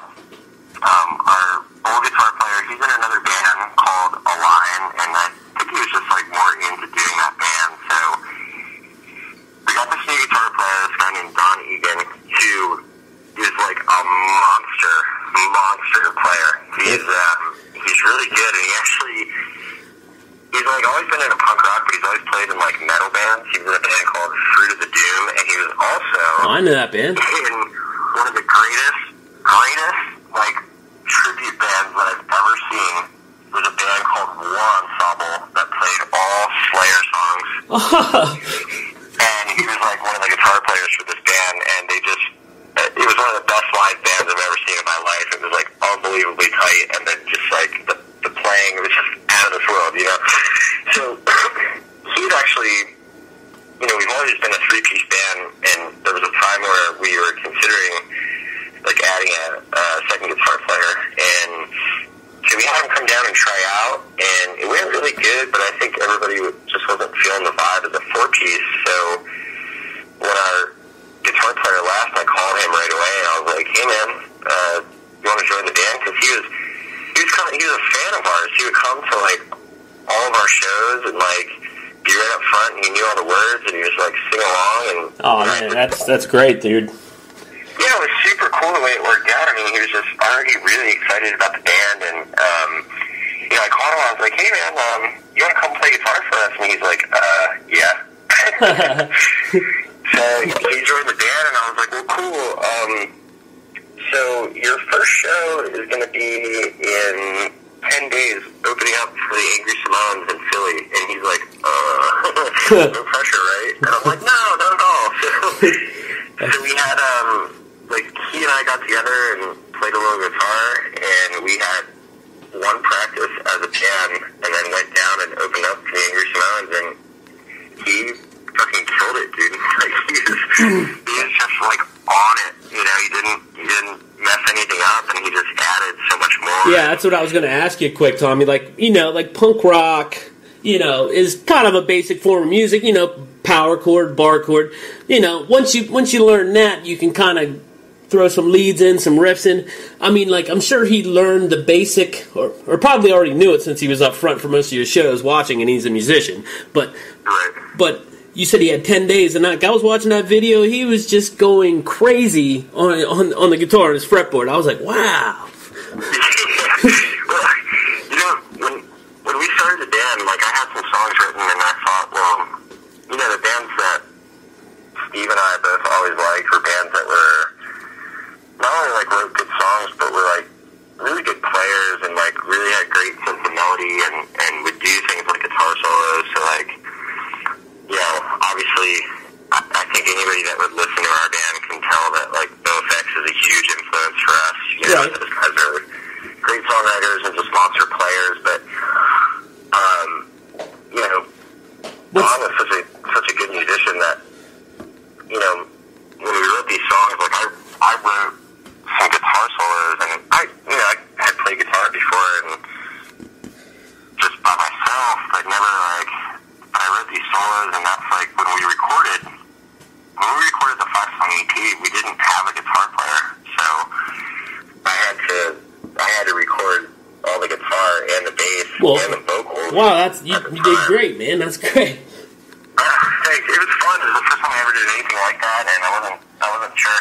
It's very time consuming. I knew that when you got to do it all yourself. Yeah, but it was a lot of fun because we actually had a buddy of ours who has a studio. He just basically brought, like, a mobile studio to my house. Right. And we recorded that whole record in my living room. Well, look, I'm gonna say this again. Well, for you played bass, you played guitar, you did the vocals, and then there's obviously backing vocals on the record, and it sounds great, man. For bringing it to your house, that sounds professionally done. Hell, man, I might want to get that name once we get off the phone here. That sounds great. Man, he's awesome. I'll be happy to give it to you. That's awesome. Okay, so you just played with the Angry Simones. You had, one, maybe two practices with this new guitar player. And, I mean, what do you plan on doing, like, a full-length album? Do you plan on doing a tour? I mean, I know everyone's doing school work, and it's hard to get away. But, I mean, if the opportunity popped up where you could, you know, co-headline or jump on a good tour with a good touring band, would you do it? Oh, 100%. And that Angry Cement show, we had one practice together as a band, and then last Wednesday we just played a great show at Fed Live in Harrisburg, opening up for Larry and his Flask. Oh, okay. Who, hands down, is one of the absolute best live bands I've ever seen in my life. Those guys were amazing, and on top of that, super, super cool guys. Like, the singer and the bass player and one of their guitar players was, like, right up front watching us the whole time, and we were the first band on the show, and gave us a really nice shout-out on the stage when they were playing, and it was cool. So, you know, as far as touring goes, our drummer is married and has 2 small kids, so it's pretty difficult to tour and do anything more than maybe like a long weekend here and there. But certainly if something came up that you know, where we had the opportunity to do it and we could, you know, we will as much as we can. And we're kind of planning on doing some stuff with the Queers coming up here. Most likely that's not going to be till next fall though. So we're trying to work that out and see how it is going. But we are recording a full-length record. The record is called Dharma Punk. Oh, okay. All the drums done for the record. We just have to do the guitar and bass and then the vocals, and that'll be done. And we're going to start that. We're going to start recording in 2 weeks to finish that up. So that'll be out early next year. Nice. Under the Social Class Dropout name. That's great. And let's get podunkradio.com. My listeners, we're talking to Social Class Dropout. Is it okay for me to call you the lead man? Is that going to piss any of the members off? We're talking to Tommy Cooper, lead man of Social Class Dropout. We're about to go into a song, Tommy. This one, I believe we're going to play. Let's see here. I don't want to do the wrong one. We're going to play Cool Kids. Can you tell me a little bit about this? Cool Kids Club. Can you tell me a little bit about this song before we go into it? Yeah, Cool Kids Club is a song I wrote about, like, sort of being surrounded by people who just kind of act like they're cooler than you. And if you don't follow what they're into, then you're lame.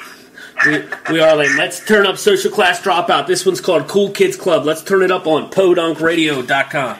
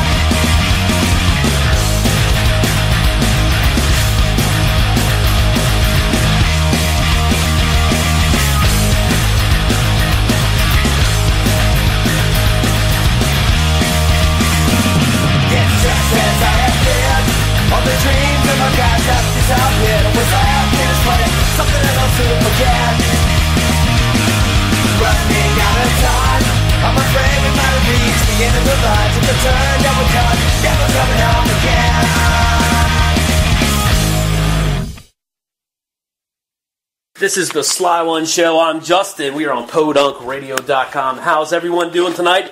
It is Friday. It's October 19th. Oh, our band of the week, Social Class Dropout. We have Tommy Cooper still on the line.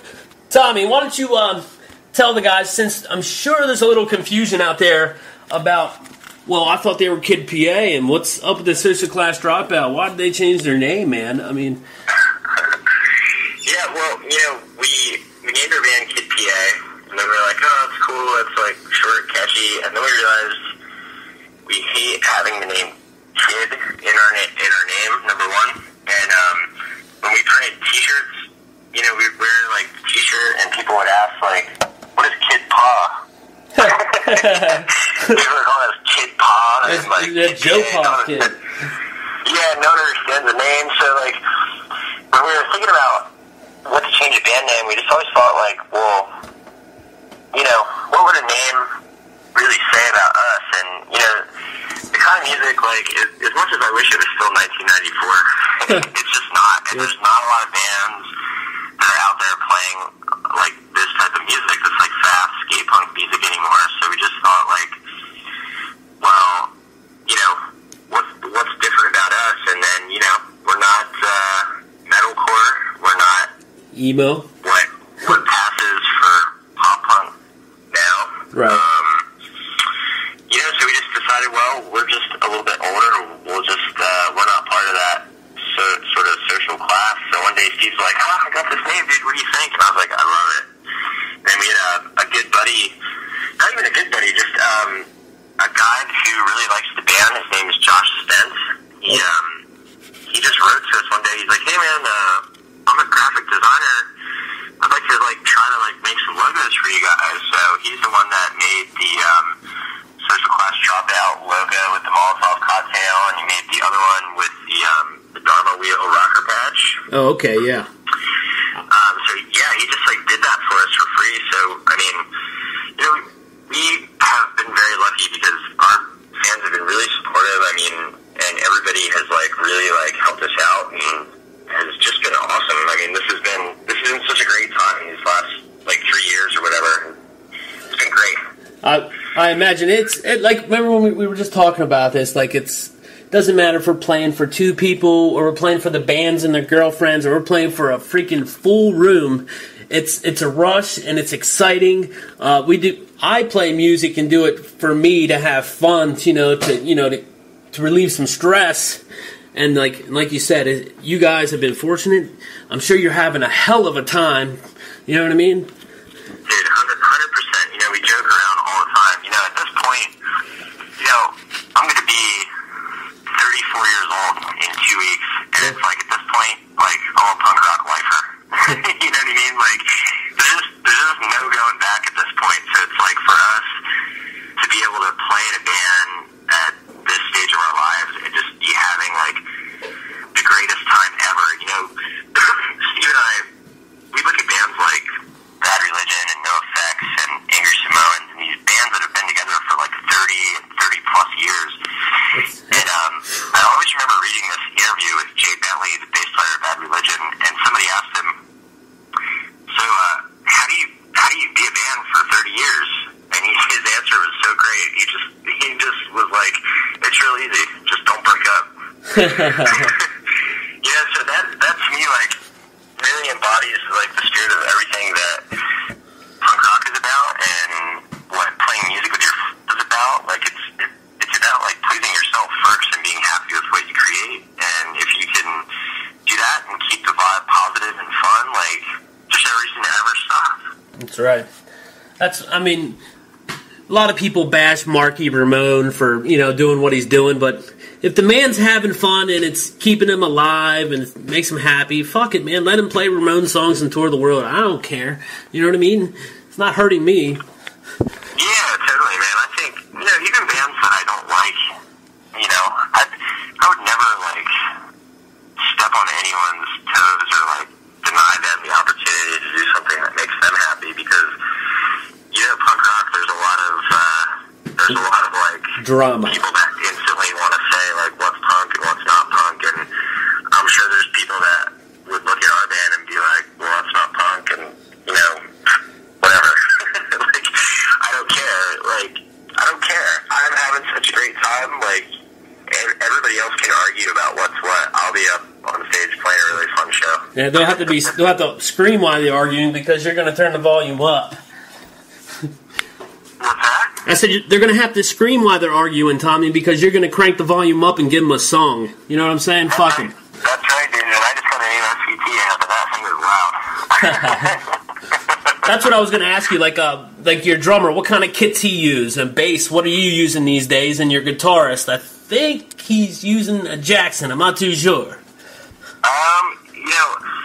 Well, our drummer has a. I always screw this up. It's a Pearl Reclamation or Reformation. I don't know. Drummers out there will know. Pearl's fine. Yeah. It's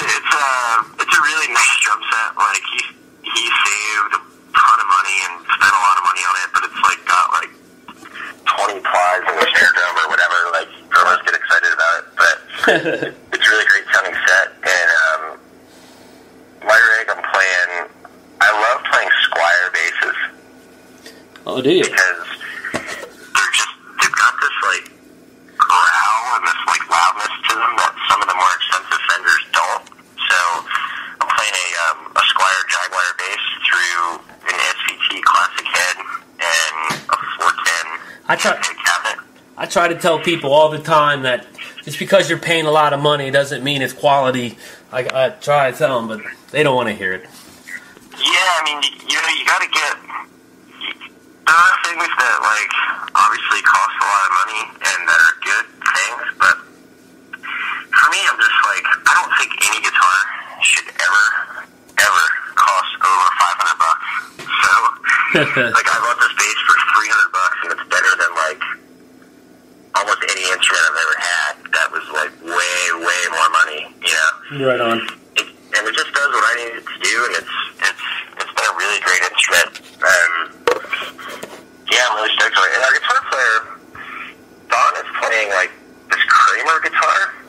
He got the guitar and he, like, stripped all the paint off of it because somebody, like, painted all kinds of shit on it, so he just stripped everything off of it, and I'm not sure what kind of pickups he has in it or anything like that. But, well, whatever it is, it's fucking magical, man. Jesus Christ. Dude, he's a monster, man. He can make that thing sing for sure. It's so easy to play with him, you know, and it's fun, too, because, like, you know, like, I'm an animated goofball, and so is he. So it's really fun to be, as a three-piece especially, it's really fun to have somebody standing in front of the drums with you that just, like, really loves playing and having a good time, and yeah, man, I'm stoked. You know, we've had 2 shows and 2 practices, and this is the tightest we've ever sounded in 3 years as a band, so I'm just, like, beside myself, excited, like, to think, how much fun is this going to be in 6 months from now, you know? Yeah, man, I actually agree with you, and I'm sure here's something probably every musician has to sit back and think about, like, this goes with the negativity and drama shit, like, it's always hard for another musician to go to see a band and be like, wow, man, those fucking guys are awesome, and, like, actually walk up to them and tell them that, and, like, mean it, because, you know, it's like, eats at you, like, damn, man, you know what I mean, like, it gets to you, you wish you could do that, or you have that, everyone always wants what everyone else has. Sure. And I just think everyone in this scene, or any scene, needs to do that to every band, and pay it forward. I mean, tell them you like them. Tell your friends about them. Tell 2 people a day about a band you know about. That's all you got to do, and it'll get spread around. That's it. Oh, yeah. Yeah, you're absolutely right, because, you know, we talk about this all the time, like, some of the older guys, like, our age, like, you know, when we were coming up in bands, you know, hardly anyone I knew had the internet when I was in high school. No, I didn't. Maybe, like, 1 or 2 people, so, like, YouTube, you know, there was no video. It was all on, like, phone lines, so there was no video happening. There was no YouTube. So now, you know, Facebook and YouTube and the internet are great tools for bands, and since, like, there really is no real record industry anymore, like, that's, like, the primary way that bands get their music out there, but at the same time, it's made people really lazy. Like, people don't go out and, I feel they don't go out and, like, search out things like you used to have to do. Yeah. If you wanted to be a part of it, like, you would have to go find it, because it wasn't just there to be, you know, discovered so easily. So it was like, you know, so in a way, like, you didn't have to wake up. You didn't have to wake up in your boxers. What's that? I said you wouldn't have to wake up in your boxers, grab a cup of coffee, and, like, basically type in punk rock and find 500 new bands. There was no. I mean, there's so many bands out there. It's ridiculous, man. It's sickening, is what it is. Yeah, well, you know, it's funny that you say that, because I just saw this. I was watching the Daily Show the other day, and Pete Townsend from The Who was on it. Right. And that's one of the things he said. He's like, you know, when I was in The Who and we were a big band, he's like, really, there were only like 4 or 5 really big rock and roll bands back then. But he's like now, there are thousands upon thousands of, like, bands and really talented people, and it's really, really hard to, like, get ahead of that and, like, kind of stick out. So, you know, I don't know, I think the internet has been a great tool, but like I said, it's kind of made people lazy, because it's like, Oh, yeah. It's like, well, I can't go to the show. It'd be kind of a pain in the ass for me to go. So I'm sure somebody will post a video tomorrow on YouTube. I'll just check it out there. Yeah, I understand that. It still gets under my skin. You know, thinking, you know, these 4 or 5 friends I know, they're going to come, and no, they don't. They'll just check it out online, or any average Joe. I absolutely agree with you. Yeah, exactly. But I don't know. I mean, it's definitely still there. Like people are definitely still passionate about it, and you know, there definitely is still a punk rock scene, and you know, it's not like there are kids that really care about what they're doing, and young kids too, not just guys like us that have been around for a long time. There's definitely young kids who are playing and love music, and that was going to be my next question. Are really doing it just because they love music, and unfortunately, there are seemingly a lot more people that view being in a band as a career option and will, you know, kind of look the part, dress the part, and act the part, and do what they need to do, and hopefully one of the million independent labels will pick them up and put them on the Warped Tour. You know, I don't know. I'm not a big fan of Warped Tour, but I mean, I've gone twice, Tommy, and the last time was the 10-year anniversary in Hershey. But the only reason why I went was because Kepi Gully was playing, and I wanted to see him. Oh, nice. I've only been to the Warped Tour one time, and it was in 2000 at the IC Light Amphitheater in Pittsburgh. And let me tell you, it was one of the greatest shows I've ever seen, simply because it was still like kind of a punk and hardcore show back then. Right. And on the same bill on that year, well, first we walk into the place, and I remember seeing this band in a fire hall in Denver, Pennsylvania. And when I was like 15 or 16 years old, Snapcase is on the main stage, just ripping shit down, man. That's awesome. This show had Snapcase, the Suicide Machines. Oh, dude, I think I've seen this one. No Effects. AFI. Green Day. AFI. Yeah. And it was like, after that was a band that you would never think about being on the Warped Tour, but it was like an old school rap band called Jurassic 5. Yeah, those guys were actually awesome. Everybody was really excited about it, and they were a lot of fun. And I think there was, who else was on there? I think that year, like Papa Roach was on there. I think Casualties, maybe. I don't know if that was the same year. I think I've gone 2 or 3 times. Like, I don't want to lie. I went to the last one was the 10-year anniversary. I actually think I went twice before that. I remember seeing the Casualties, No Effects, AFI. I don't think I've seen Green Day at it, so I don't know if that was the same one. I don't know. But Green Day was only on it that one year, and it was great to see him on it because you just reminded me of something. I totally forgot. Last May we played with the Casualties. We opened up for him. Oh man, I bet you that was fun. It was so much fun, and their bass player Rick, we knew him from Super Buick because he has another band where he sings and plays guitar. They're called the Kickstarts. Oh, okay, yeah. I don't know if you know that band, but super nice, just down to earth people. And this is what's been the greatest thing about this band, and like getting to play with some of these bigger bands is like you find out like these people are just like you. You know what I mean? Like they want to like hang out and play music and like meet new people and meet new friends. And and I'm having a fucking blast. That's them. I really thought, I got to know Joe Queer over the years, and I thought when I first met him, I was like, he's gonna be a dick. But he holds to what you're saying with all these other bands, man. He's just a human, man. He just wants people. I mean, every musician loves when people come up and praise their music and kiss their ass. Everyone likes that. But if you just talk to him about day-to-day shit, he'll sit there and shoot the shit all day with you. But yeah, man, he was really, really cool to us when we played with him in Harrisburg. Like, after we were done, he came right up to us. He's like, "Man, you guys are really good." We shook my hand, and it blew me away. This guy that's been on tour since you and I have been kids. Yeah, before. It's like telling me, telling me that he thinks my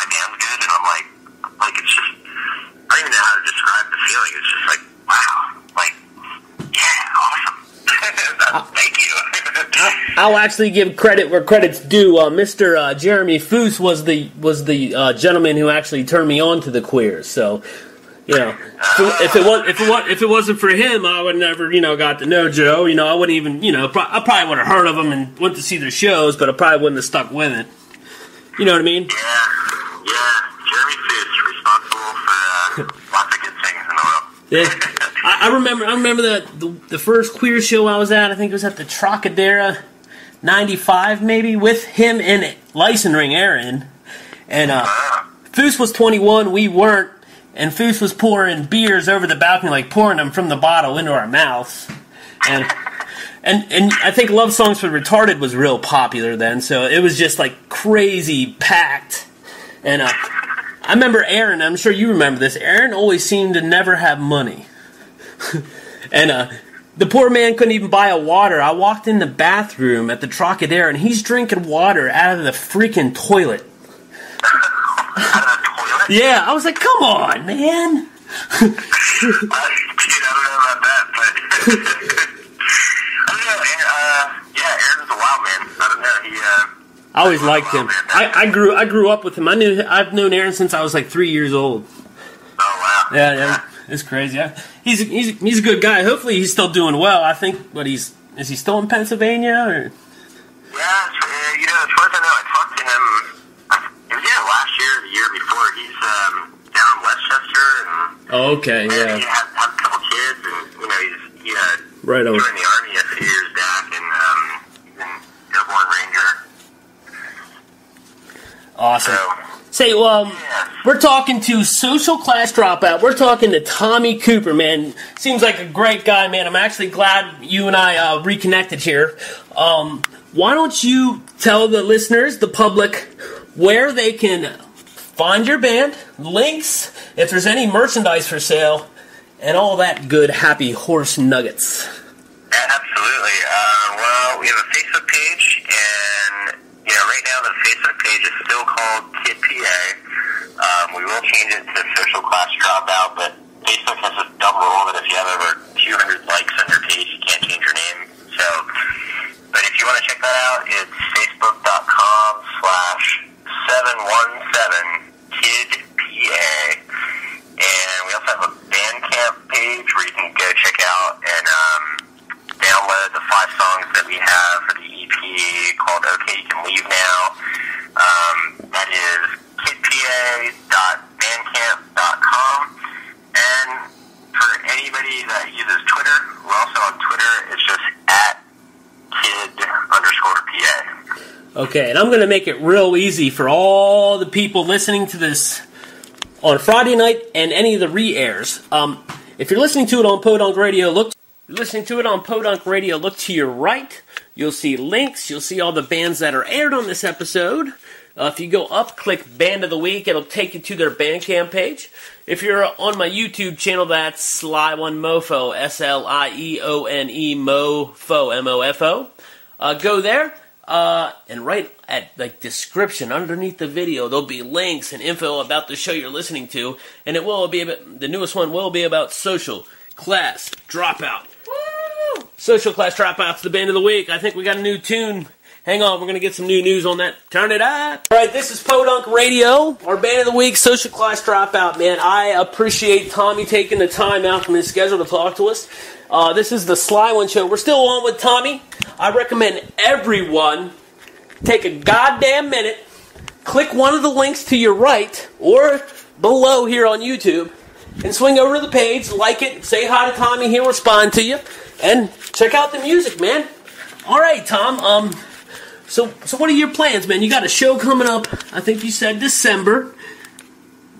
Yeah, we're playing a free show at the American Bar and Grill in Lancaster, Pennsylvania, and we got 2 great bands coming through, a band called Pem D from Bethlehem, all right, and another band called The Akrons, and it's December 22nd, it's a free show. The show will probably start about 10 p.m., so it is a bar, unfortunately, so you got to be 21 to get in, but it's going to be a really fun night right before Christmas, end the year on a good note.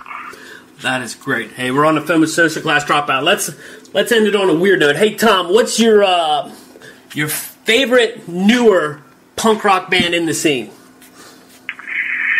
My favorite newer punk rock band? Yeah. Is there one? You know, fuck, dude. I don't even know. I like this band that we played with. We played with them 2 times now, and they were just on tour with the Simons, and they're called the Cryptics. The Cryptics. There you go. They're from New Hampshire. Really, really good guys. 3-piece band.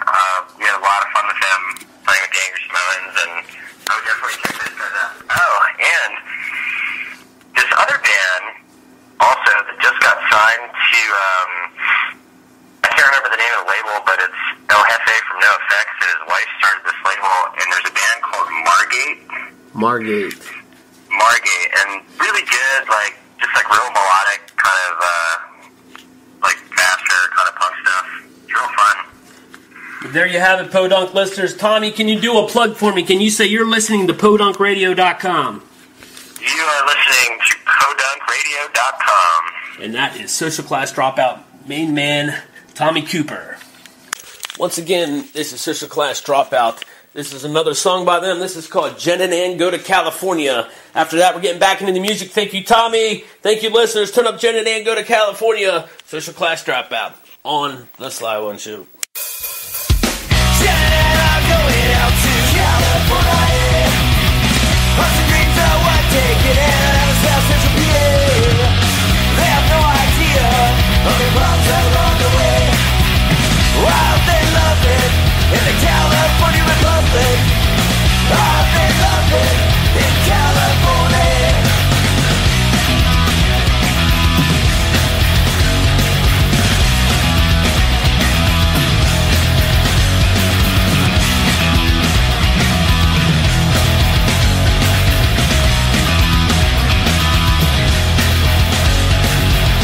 First we go to San Francisco to meet their friend in Lake.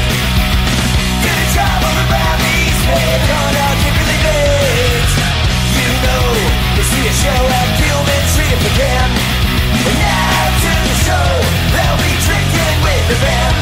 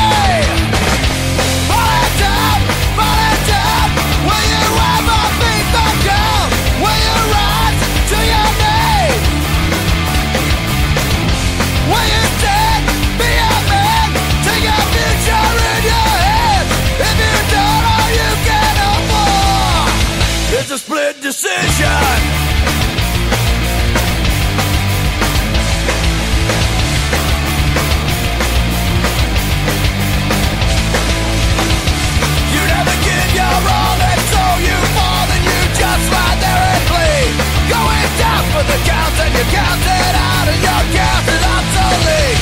Coming away from all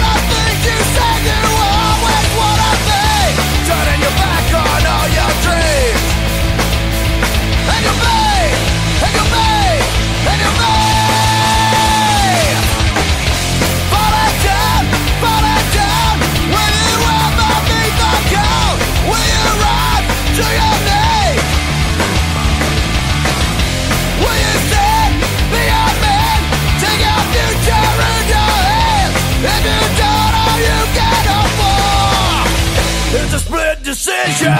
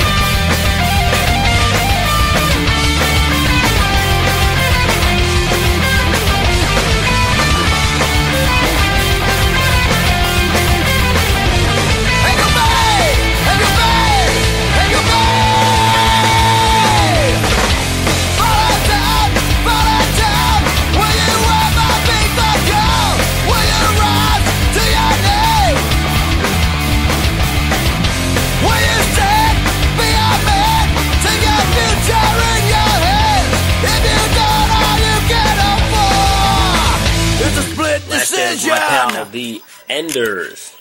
The Enders are based out of Indiana. We got Benny No Good on guitar and vocals, Canadian Pete on bass and vocals, Omar on sticks, drums, backing vocals. Their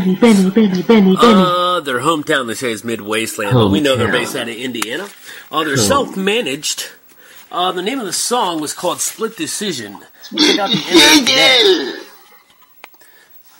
The next band, bunch of musicians we have. Bunching. Are based out a gaggle of guys. Legendary bunch. Thomas D Amour is the name of the band. TDA. That's what you need to look up on Facebook.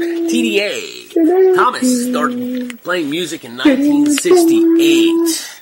Band members are Steve Tolan. And wouldn't you know it, legendary Jim Tierney.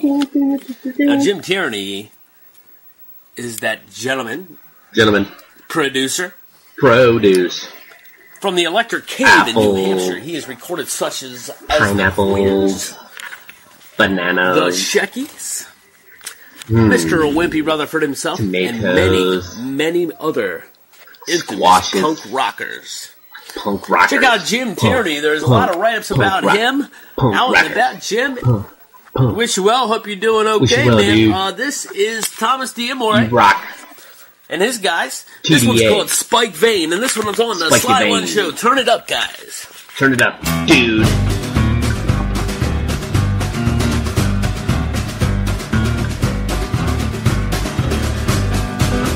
I put a spike into my vein. It nearly drove me insane. But now I do this. Hey!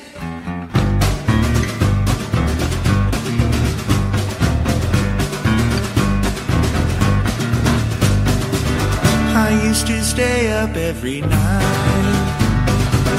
I used to get in lots of fights. But now I do this, hey.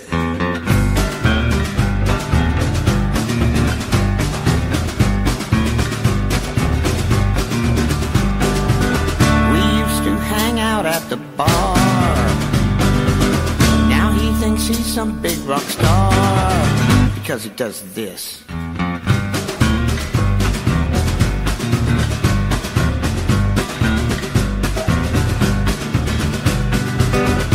Put a spike into my vein. It nearly drove me insane. But now I do this, hey.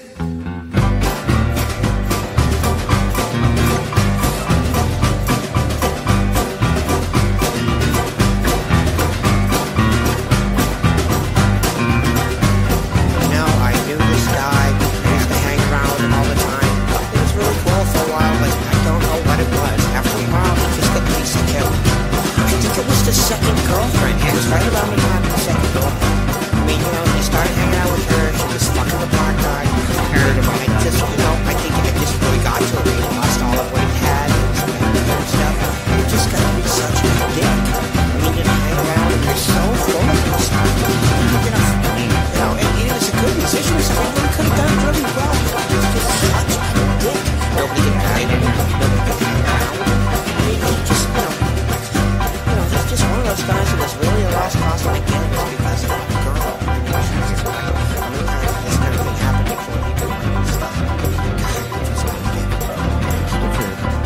Yeah, put a fork to me, I'm done tonight. I used to fuck my wife in her mouth. I used to like your mom. Kevin O used to be in the brick tops. He used to be in the brick tops.